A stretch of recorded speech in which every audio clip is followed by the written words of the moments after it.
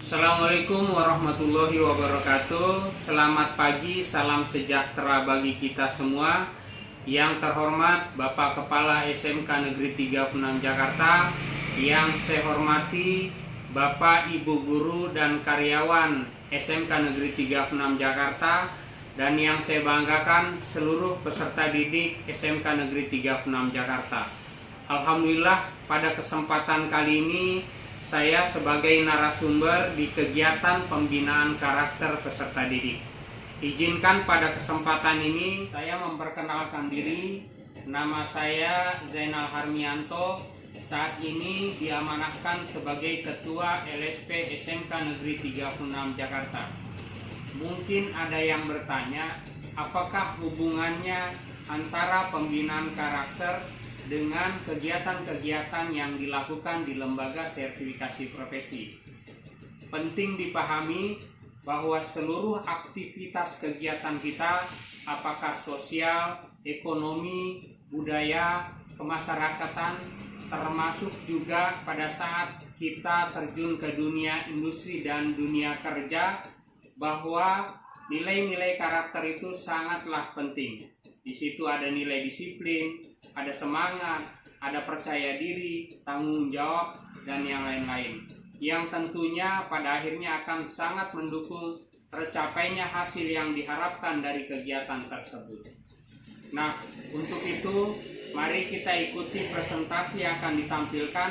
Semoga kita akan mengenal lebih jauh banyak aktivitas di LSP SMK Negeri 36 Jakarta, yang tentunya juga sebagai bagian dari upaya semoga bisa menjadikan anak-anakku berhasil dan berprestasi di bidangnya masing-masing.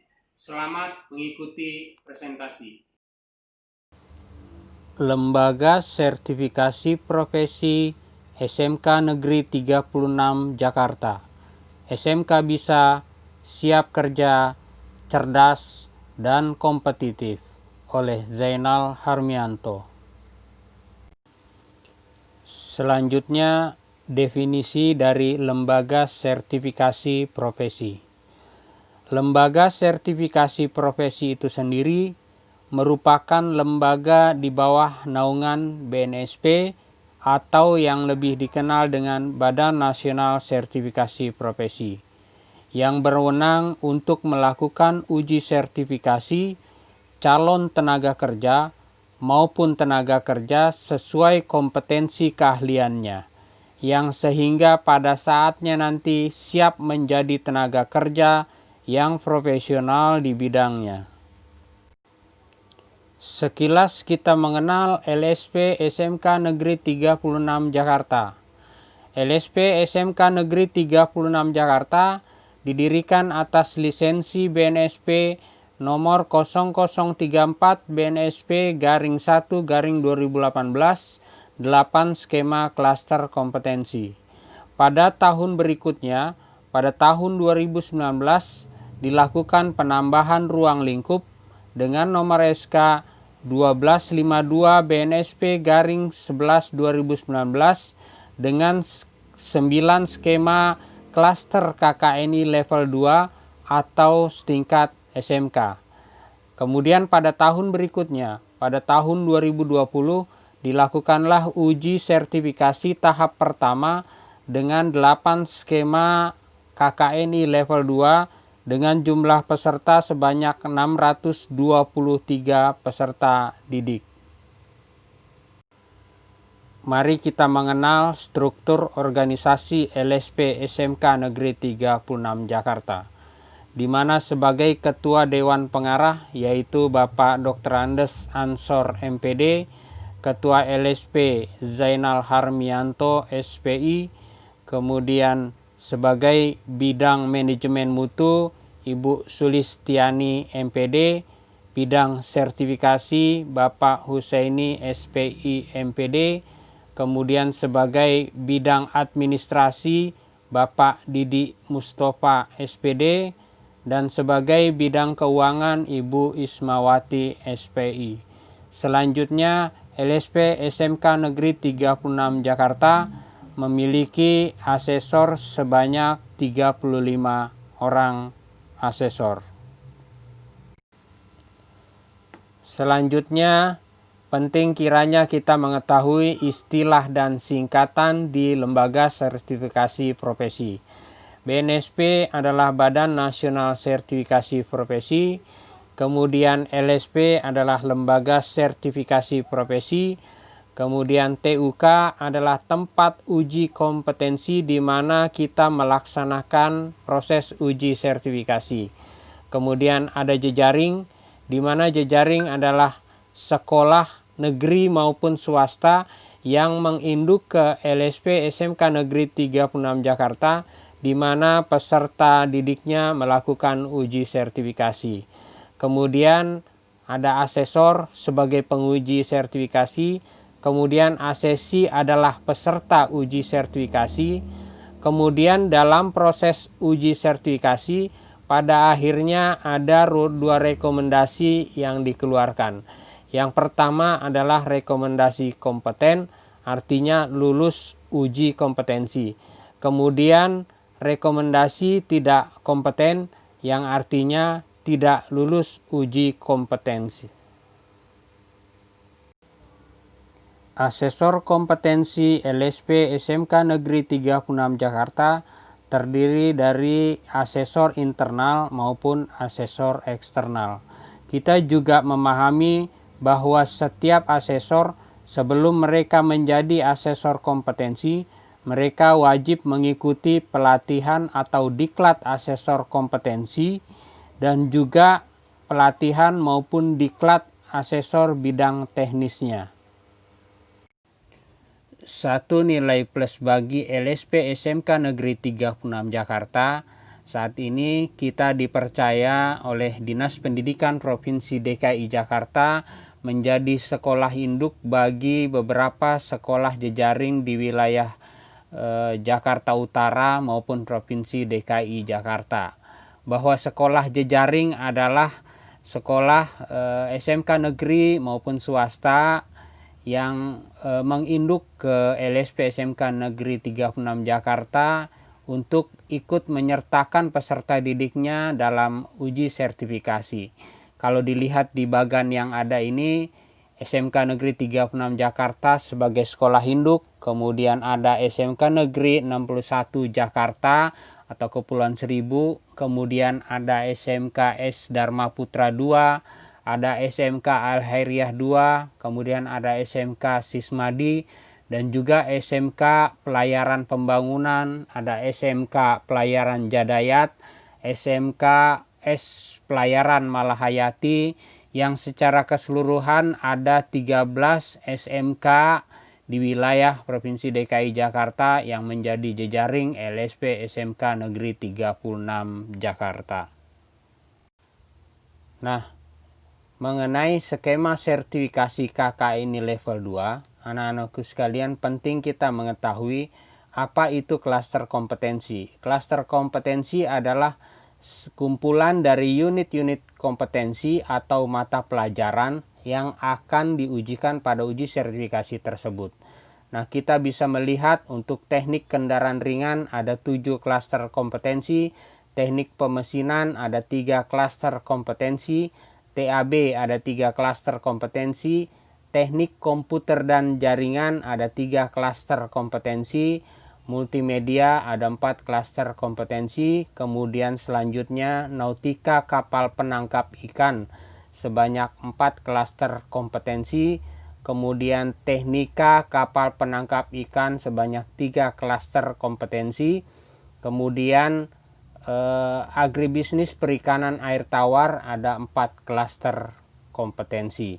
Nah, klaster kompetensi itulah yang kalian pelajari selama 3 tahun selama kalian belajar di sekolah menengah kejuruan, khususnya di SMK Negeri 36 Jakarta yang akan diujikan pada saat kalian uji sertifikasi nantinya. Berikut juga saya sampaikan terkait dengan alur pendaftaran permohonan sertifikasi ASESI. Ya. Yang pertama tentunya pemohon datang ke lembaga sertifikasi profesi untuk mendapatkan informasi dan menerima aplikasi permohonan. Kemudian pemohon mengisi aplikasi permohonan APL 01 dan APL 02 yang sudah tersedia.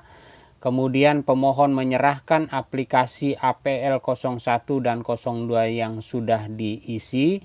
Kemudian selanjutnya dokumen permohonan diverifikasi dan dibuat rekomendasi permohonan. Yang selanjutnya pemohon diterima atau tidak sebagai peserta dan menetapkan jadwal asesmen. Kemudian selanjutnya seandainya sudah diterima, maka akan dilanjutkan dengan mengikuti proses asesmen sesuai jadwal yang sudah ditetapkan. Nah, pada slide berikut saya tampilkan terkait dengan proses uji sertifikasi yang sudah berlangsung di LSP SMK Negeri 36 Jakarta. Pada gambar terlihat ada kompetensi keahlian teknik kendaraan ringan, kemudian ada kompetensi teknik pemesinan, ada kompetensi teknik alat berat, kemudian teknik komputer dan jaringan, kemudian ada multimedia, kemudian agribisnis perikanan air tawar, nautika kapal penangkap ikan, dan teknika kapal penangkap ikan. Setelah kalian mengikuti uji sertifikasi dan kemudian direkomendasi oleh asesor dengan rekomendasi kompeten, maka rekomendasi itu akan diusulkan dalam rapat pleno untuk kalian diajukan ke BNSP untuk mendapatkan sertifikat BNSP. Dan setelah kalian mendapatkan sertifikat BNSP, juga penting kalian ketahui bahwa nilai plus dari sertifikat BNSP tersebut adalah yang pertama, di sini terlihat bahwa sertifikat tersebut berlogo Garuda, kemudian sertifikat tersebut berlaku di 10 negara ASEAN atau masyarakat ekonomi ASEAN. Kemudian sertifikat tersebut terregister atau terdaftar di Badan Nasional Sertifikasi Profesi dengan masa berlaku selama 3 tahun. Bagaimanakah pelaksanaan uji sertifikasi saat wabah pandemi COVID-19? Kita juga prihatin dengan kondisi yang ada sejak Maret 2020 hingga saat ini bangsa kita mengalami wabah pandemi COVID-19 yang pada akhirnya Badan Nasional Sertifikasi mengeluarkan kebijakan yang mana dengan adanya keputusan BNSP yang mengizinkan kita untuk melakukan uji sertifikasi saat pandemi COVID-19. Hal ini berdasarkan keputusan Badan Nasional Sertifikasi Profesi nomor SE22-BNSP-6-Romawi-2020 tentang pelaksanaan uji sertifikasi dalam tatanan normal baru dengan persyaratan-persyaratan yang akan saya sampaikan di slide selanjutnya. Berikut adalah prasyarat uji sertifikasi saat pandemi COVID-19. Baik lembaga sertifikasi profesi maupun tempat uji kompetensi di mana proses uji sertifikasi dilaksanakan wajib menyediakan beberapa sarana pendukung. Antara lain adalah sarana cuci tangan, kemudian seluruh sumber daya manusia yang terlibat menggunakan masker, kemudian adanya alat pengukur suhu, tersedianya hand sanitizer, kemudian kapasitas ruangan yang digunakan sebesar 50%, dan wajib bagi seluruh unsur yang terlibat dalam uji sertifikasi tersebut menjaga jarak. Ini semua demi kesehatan seluruh unsur yang terlibat dan tercapainya uji sertifikasi sesuai dengan harapan kita. Penting kita ketahui dan pahami bersama keterkaitan antara pembelajaran praktik dan uji sertifikasi. Dengan pembelajaran praktik, maka akan adanya penguasaan keterampilan yang tentunya akan menjadi dasar penilaian uji sertifikasi.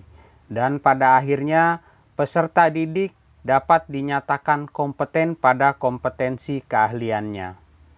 Bila mana peserta didik tak mendapatkan pembelajaran praktek, hampir bisa dipastikan peserta didik tersebut tak akan dapat menguasai keterampilan sesuai kompetensi keahliannya. Untuk itulah, seluruh unsur kiranya dapat memahami, baik peserta didik, orang tua di rumah maupun masyarakat, bahwa pentingnya kita melaksanakan pembelajaran praktik di sekolah, namun dengan tetap memenuhi protokol kesehatan yang sudah ditetapkan oleh pemerintah. Bagi anak-anakku sekalian yang saat ini sedang mengikuti pembelajaran praktik, tentunya kalian harus tetap semangat. Semoga pada akhirnya kalian menjadi peserta didik yang menguasai keterampilan dan menjadi tenaga kerja profesional dan siap terjun ke dunia kerja maupun dunia industri. Akhirnya, anak-anakku sekalian, berpaculah meraih prestasi, menggapai cita-cita. Semoga kalian tetap menjadi anak yang berbakti bagi orang tua, bermanfaat bagi keluarga, masyarakat, bangsa, dan negara. Lebih kurangnya mohon maaf. Wassalamualaikum warahmatullahi wabarakatuh.